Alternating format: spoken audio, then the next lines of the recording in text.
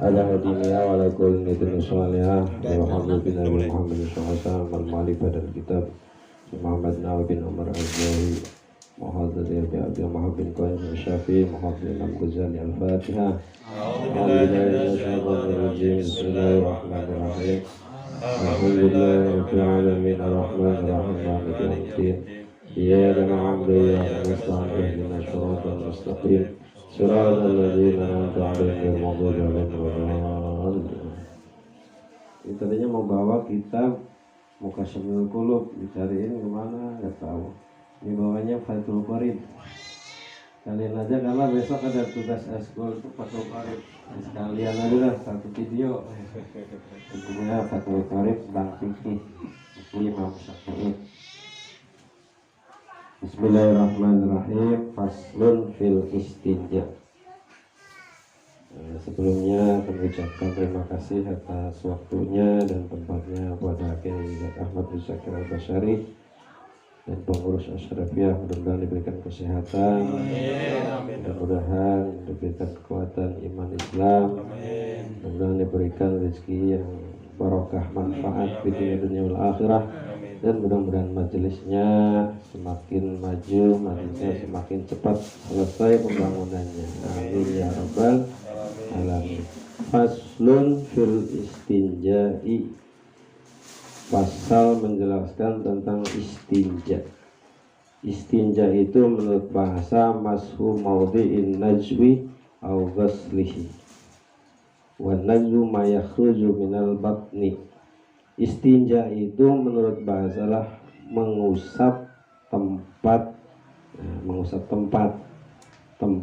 yang keluar dari perut. Apa tuh yang keluar dari perut? Ya BAB mungkin ya. Yang keluar dari perut itu bisa kotoran. Itu najwa, najautu syai qat'u, yaitu mananya nugel atau mutus kotoran. Makanya kalau orang istinja itu ada doanya Pak, alhamdulillahilladzi apalagi adhaba anni adza wa afani, yang telah Allah memberikan apa kesehatan kepada kita dan menghilangkan kotoran. Jadi yaitu kotoran yang keluar dari kita itu kita ngucapin alhamdulillah. Karena banyak orang yang pengen buang air kecil aja susah, buang air besar aja susah, bahkan ngentut juga susah. Itu banyak orang yang seperti itu. Makanya yang keluarin itu nikmat dari Allah. Alhamdulillah. Ini adalah istinja. Istinja itu ya cebok lah bahasa sekarangnya itu. Bahasa ilmiahnya istinja. Istinja itu afdolnya ayastanjia bil ahjar, yaitu cebok memakai batu. Zaman dulu misalkan nggak ada air di tengah hutan, adanya batu, ya pakai batu. Batunya ujungnya 3, tapi jangan lancip. Kalau lancip itu luka nanti, agak tumpul, segitiga tapi tumpul. Bolehkah pakai kayu? Ya boleh-boleh aja. Bolehkah pakai daun, tisu? Boleh nggak? Ya itu bisa dikategorikan juga boleh atau nggak apa-apa. Tapi setelah istinja pakai batu, kemudian istinja pakai air. Jadi nggak apa-apa nih, ada air juga istinja pakai batu nggak masalah. Misalkan kencing nih, kita pakai batu dulu tuh, dibersihin tuh si ininya, dicolek-colek gitu kan. Nah nanti selebihnya pakai air, itu lebih bagus. Tapi batu dengan air mana yang utama? Al-abdalu mahun, yaitu yang utama adalah air. Jelas air itu juga bisa menghilangkan. Tapi juga dua-duanya nggak masalah. Wal wajibu salasun musahatun walau bisa lasit atrubi hajarin wahid. Dan juga wajib 3 usapan dengan 3 pojokan batu itu tadi atau segitiga. Nah, Fa'ida arodal iktisor ala hadima fal mau abdul. Maka ketika kita meringkas, maka yang utama adalah air, karena air itu bisa menghilangkan ainnya najis, bentuknya najis. Nah, Maka orang yang BAB atau kencing itu wayastanibu istiqbalal kiblati. Wajib bagi orang yang qadil hajat itu bisa BAB atau BAK. Wajib menjauhi menghadap kiblat. Ya Ka'bah lah maksudnya.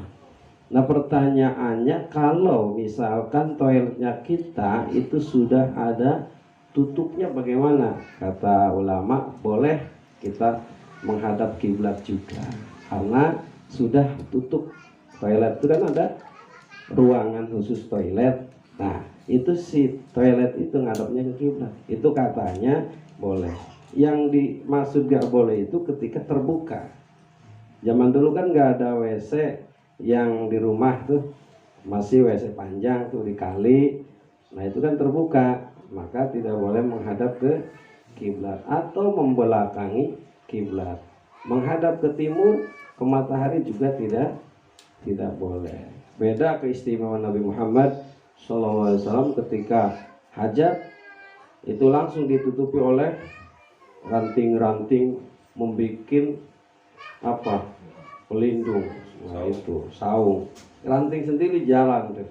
Subhanallah. Beda sama kita, kadang ditutupin juga apa, angin niup, kebuka malah.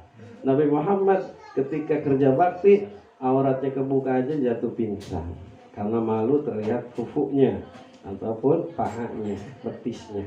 Kalau kita dibuka-bukain, ya kan nyiramin apa, daun-daunan bunga di jalanan itu kan pakai celana pendek kita pakai.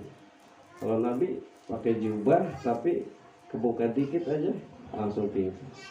Lebih malu dari perempuan pingitan. Nah, lebih malu dari perempuan pingitan. Itu Nabi Muhammad sallallahu alaihi wasallam. Wa yastanibu adaban qadil hajat al-baulu fil ma'i raqib. Orang yang qadil hajat menjauhi kencing atau BAB di air yang sedang diam. Tapi kalau misalkan air yang mengalir, kalau airnya dikit itu makruh kencing di situ, di air yang sedikit tapi ngalir.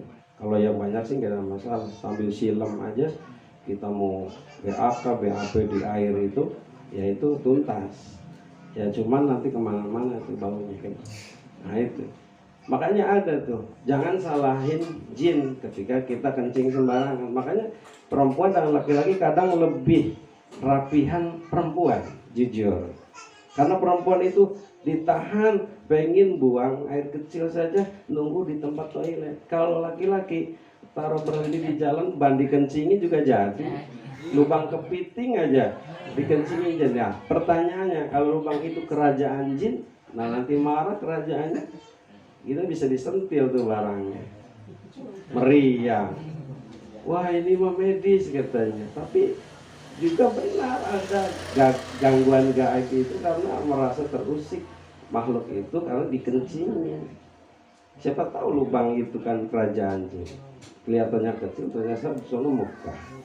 Ya itu makanya kalau yang laki-laki biasanya para sopir, tapi nggak semua sopir ya, nggak semua sopir itu kalau kebelet udah berhenti di jalan sambil berdiri. Padahal kencing berdiri bisa menyebabkan penyakit. Nah disunahkan kalau kencing itu apa ya, nongkrong ya gitu ya bahasanya ya, bukan duduk tapi apa sih bahasa Indonesianya, jongkok. Nah tapi sambil dipegangin, sambil diurut ya si barangnya itu sambil daham. Makanya daham itu ada yang wajib, ada yang sunnah.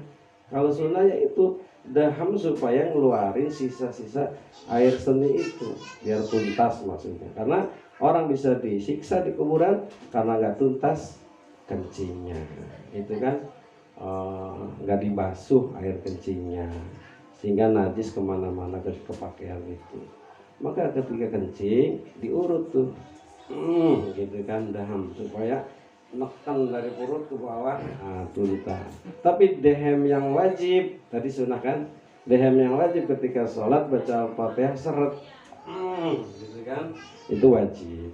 Dehem yang haram ada cewek lewat, gitu kan, ya itu dehem yang haram. Nah, itu anak muda biasanya. Kalau bapak-bapak yang udah sepuh ya sama. Tapi ya namanya ngeliat perempuan itu nggak mau muda, nggak tua ya sama nalurinya.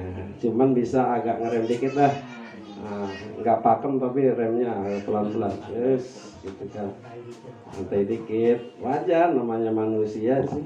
Makanya kalau yang penjaga tokonya yang muda terus cantik, pelanggan pembelinya banyak. Itu trik emang. Kata Kiai ini mah marketing emang benar harus yang muda, jangan yang nenek-nenek suruh jualan. Ya gimana mau kita beli kalau penjualnya itu nggak cantik. Makanya cari yang cantik. Trik. Kemudian wa yastanibu al-baulu wal qaitah tasyajaratil musamarah, dan kita menjauhi ketika BAB atau BAK di bawah pohon yang sedang berbuah.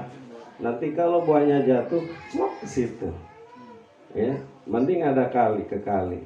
Nah, kalau kita buang air di situ, nah bagaimana nanti? Wah, ini kan mau nanti buahnya tambah lebat dong. Itu kan upuk gitu kan. Ya, secara etik adabnya tidak boleh. Walaupun pupuk juga itu nah, bisa gitu kan, tapi secara akhlak ataupun adab tidak boleh kencing atau BAK di tempat yang berbuah. Atau fitoriki yang jalan dilalui orang BAB di situ, ya baunya kemana-mana gitu kan. Nah, jadi nggak nyaman ketika lewat situ. Wa fi mawdi'i dzullilan, di dalam panggonan aub-aub ya, orang yang berteduh tuh biasanya kan panas nih, nyari pohon yang agak adem. Wah, ternyata banyak ini kotoran di situ, nggak jadi tuh. Nah, jadi jangan kencing di situ. Kemudian wa fi mawdi syamsi serta wa fil saqab, dan juga jangan kencing di tempat atau lubang. Nah, lubang kepiting yang saya tadi sebutkan atau lubang-lubang yang lain dimasukin tuh air kencingnya ke situ. Wah. Wa fil ardi wa wan nazil mustadir. Nah, kemudian wala yatakalamu alal baul gaib. Jangan kita ngobrol ketika kita sedang BAK atau BAB. Apalagi nyanyi, apalagi sholawatan. Sholawatan nggak boleh. Zikir apalagi nggak boleh, nggak boleh. Kalau lagi BAB atau BAB. Pak Ustaz, dengar azan gimana tuh? Allahu Akbar, wajib dijawab. Jawabnya udah cukup di hati saja. Nggak usah diucapkan atau zahirkan. Tempatnya masalah tempat kotor. Tetap orang itu harus zikir di mana saja, termasuk di WC itu zikir, tapi zikir hati maksudnya. Kan kalau meninggal di situ naudzubillah min dzalik kan dalam kondisi dia zikiran kepada Allah di hatinya, nggak usah dilafadzkan. Cuman ada orang yang latahnya sih bagus, astagfirullahaladzim, ya Allah, ya. Tapi di toilet tuh, karena udah biasa latah bagus di toilet, astagfirullahaladzim, ya Allah, nah, bagus ya Allah. Tapi di toilet dia lupa karena latah itu. Nah, tapi penting kalau latah zikir mah. Ada latah yang agak jorok juga kan, disebut-sebutin tuh barang-barang.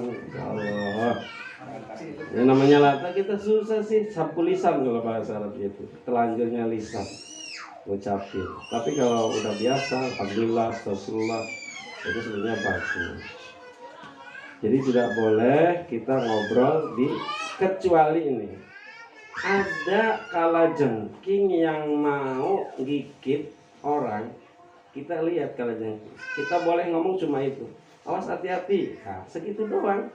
Itu yang dibolehin itu karena ada hajat kita ngomong. Kalau nggak ada hajat kita ngomong, ya jangan. Apalagi nyanyi tadi. Karena udah biasa nyanyi di toilet sambil mandi juga nyanyi-nyanyi terus. Itu secara adabnya tidak boleh. Kalau darurat yang harus kita ngomong, misalkan melihat ular atau kalajengking tadi, maka tidak dimakruhkan kita untuk berbicara. Wala yastaqbilul mausus wal qamar, dan juga tidak boleh kita menghadap apa? Yaitu matahari yang terbit, kita menghadap ke selatan, apa namanya, ke timur ya. Ke timur, menghadap ke barat, itu juga tidak boleh. Itu secara adab saja. Kecuali tadi kita BAK-nya di ruangan khusus toilet, itu tidak masalah karena sudah bentuk ruangan itu. Mungkin ini saja yang bisa saya sampaikan, mudah-mudahan sedikit ada manfaatnya. Wallahul muwaffiq ila thoriq. Assalamualaikum warahmatullahi wabarakatuh. Terima kasih kepada guru kita Bapak Ustadz Ma'arif yang telah